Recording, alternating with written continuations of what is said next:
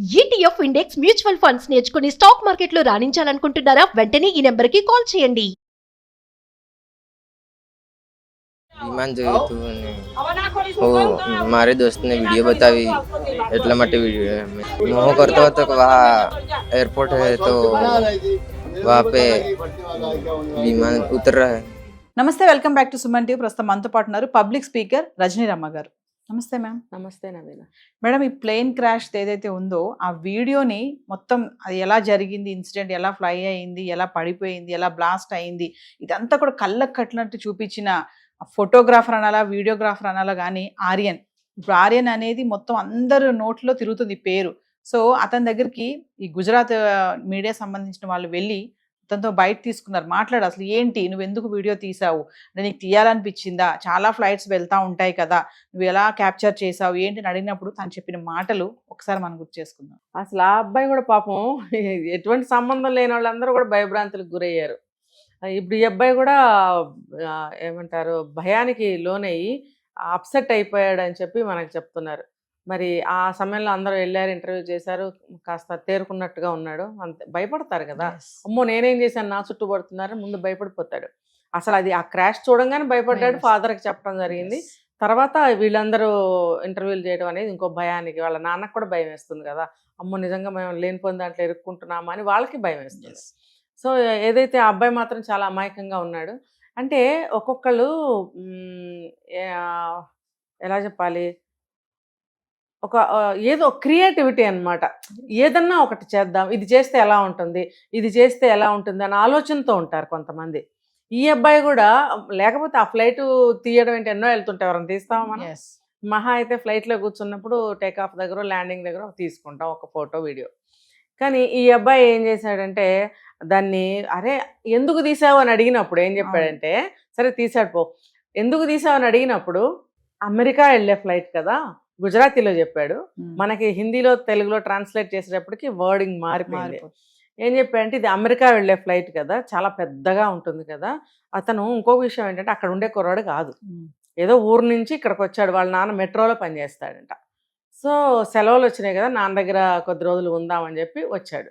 వచ్చినప్పుడు టైంపాస్కి ఏం తెలియక సెల్ ఫోన్ చూస్తున్నప్పుడు దాన్ని చూశాడు. చూస్తే తీయాలని ఎందుకు అనిపిస్తుంది, అబ్బా నేను సెల్ ఫోన్ చూసుకుంటే గోలేంటి అని అనుకుంటాం మనం కదా. ఆ అబ్బాయి అలా అనుకోవాలా, ఎందుకు తీసావంటే తన ఒపీనియన్ చెప్తున్నాడు.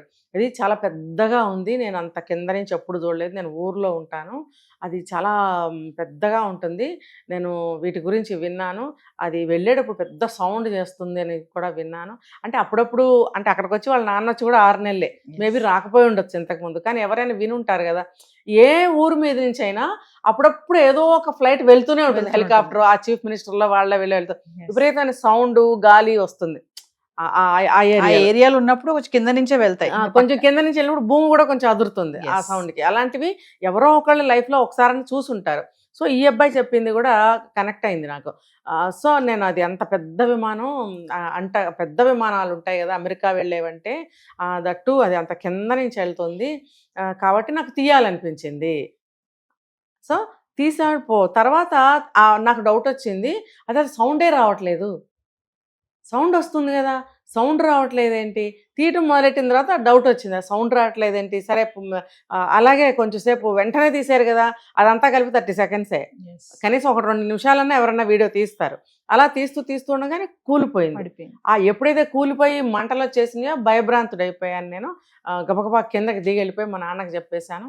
మా నాన్న మెట్రో వాటి వీటిలో గ్రూప్స్ ఉన్నాయి, అందులో పెట్టేశాడు మా నాన్న. సో ఆ రకంగా వైరల్ అయిపోయిందని మనం అందరం చెప్పుకున్నాం. సో ఆ అబ్బాయి చేసింది మంచి పనే ఒక రకంగా. ఇప్పుడు అది పెద్ద సాక్ష్యంగా మిగిలింది కదా. అదో అది టేకాఫ్ అయ్యేటప్పుడు ఆ సీసీ కెమెరాస్ ఉంటాయి ఎయిర్పోర్ట్లో, దాంట్లో జస్ట్ ఇక్కడి నుంచి అక్కడికి వెళ్ళడం వరకే ఉంటుంది, సర్టెన్ లిమిట్ వరకే కదా చూపిస్తుంది. లేకపోతే మరి ఎందుకు చూపించలేదు, చూపించే కెపాసిటీ ఉండాలి ఎయిర్పోర్ట్స్లో, మరి మనకు అంతవరకే చూపించారు.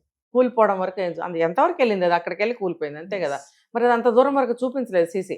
ఈ అబ్బాయి తీసిన వీడియోలోనే ఫుల్గా కనిపించింది, టేక్ ఆఫ్ నుంచి కూలిపోయే వరకు ఆ బ్లాస్ట్ అవ్వడము, అన్ని చెట్లు కానీ బిల్డింగ్స్ కానీ స్మాష్ అవ్వడం అన్ని కూడా కనపడ్డాయి మనకు అందులో. అంటే మనకు అది చూపించింది మొత్తానికి ఆర్యనే, ఎలా చూపించాడు, పడిపోయింది, బ్లాస్ట్ ఎలా అయింది అనేది. అందులో మేడం అంత మంటలు వస్తున్నా కూడా ఇక్కడ ఇంకొక విషయం ఏంటంటే, సరే ఓ పక్కన ఇంత పెద్ద బ్లాస్ట్ అయిపోయి పెద్ద కమ్మేసింది, ఆకాశానికి అమ్మింది ఆ పొగ మంచి అంతా కూడా, పక్క నుంచి చక్కగా నడుచుకుంటూ వచ్చేస్తున్నాడు రమేష్ విశ్వాస్ కుమార్. ఇప్పుడు ఆ వీడియో వైరల్ అవుతుంది అనమాట.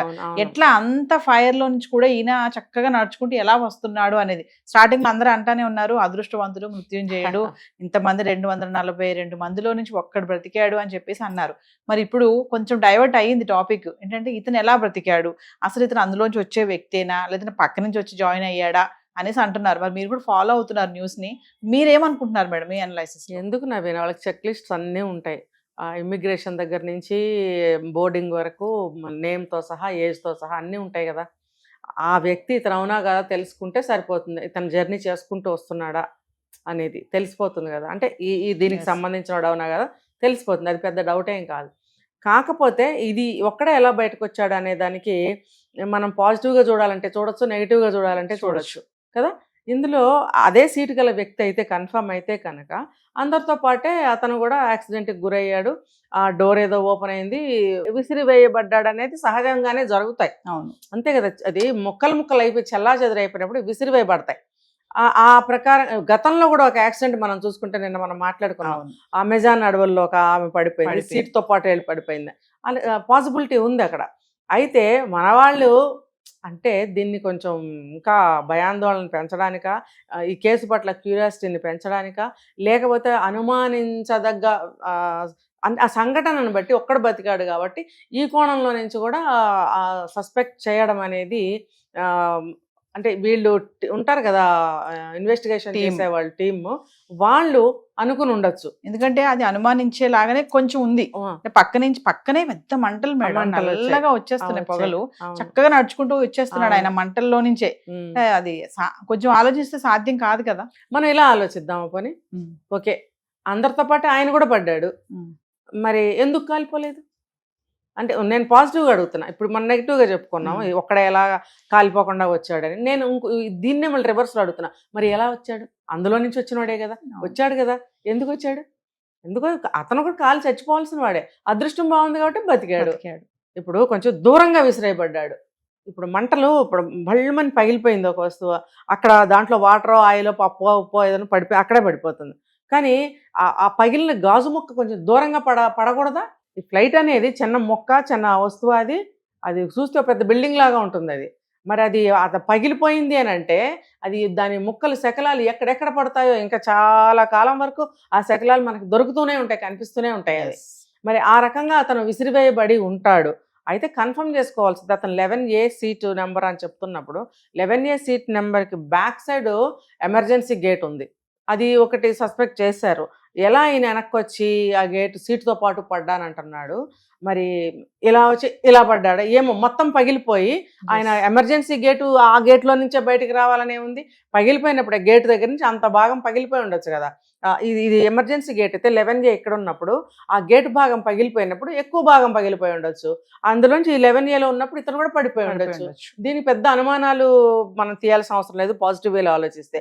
నెగిటివ్ వేలో ఆలోచిస్తే కనుక మరి ఇన్వెస్టిగేషన్ టీమ్స్ వాళ్ళకి అన్ని ఆధారాలు కావాలి కాబట్టి చేసుకుంటారు, చేసుకోనివ్వండి. మనం అనవసరంగా తోకలు ఏకలు పీకాల్సిన అవసరం లేదు దాన్ని. సో ఏదేమైనా మేడం, ఆర్యన్ మాత్రం ఒక విట్నెస్ గా మిగిలిపోయాడు ఫ్లైట్ యాక్సిడెంట్. ఇప్పుడు రమేష్ విశ్వాస్ మాత్రం కొంచెం అనుమానం వ్యక్తం అవుతుంది అతని పైన, ఎట్లా వచ్చాడు బయటికి, ఆయన ఏది అనేది ఏదైనా మీరు అన్నట్టుగానే టీమ్ ఇన్వెస్టిగేషన్ తర్వాతే మనకి. అంతే, ఏది మనం ముందుగానే ఎవరిని నింద వేయకూడదు, బాధించకూడదు. ఇలాంటివన్నీ అబ్బాయి చెవికి కూడా వెళ్ళి ఉంటాయి కదా. ఒకవేళ అతనికి ఏమీ తెలియదు అంటే ఎంత బాధపడతాడు కదా. అందుకని గబుక్కని అనకూడదు. Thank you ma'am.